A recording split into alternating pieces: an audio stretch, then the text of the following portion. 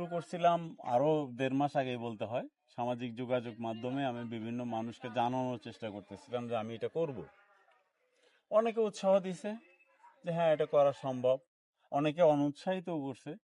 কিন্তু যারা অনুৎসাহিত করছিল আমি তাদের দিকে না গিয়ে আমি নিজেই সবার সাথে কথা বলে 26শে এপ্রিল কাজ শুরু করলাম যে আমি আজকে কাজ শুরু করব, তোমরা সবাই আসো।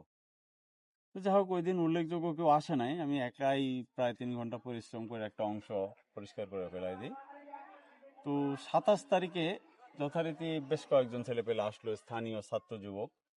28 তারিখে আরো কয়েকজন আসলো এবং 27-28 তারিখে যে ছেলেগুলো আমার সাথে কাজে যোগদান করছিল তারা আমার শেষ পর্যন্ত এখন পর্যন্ত আমার কাছে ছিল। তো মাঝখানে বিভিন্ন জায়গা থেকে, গোপালপুর থেকে বিডি ক্লিন আসছিল, বিডি ক্লিন নামে একটা সংগঠন আছে। তারপর আমাদের হেমনগরে ইশাতুদ্দিন নামে একটা সংগঠন আছে, তারাও আসছিল। তারপরে হিন্দুদের একটা সংগঠন আছে ভুয়াপুরের দিকে, নামটা ভুলে গেলাম, ওরাও একদিন আসছিল। আলমনগর থেকে একটা টিম একদিন আসছিল।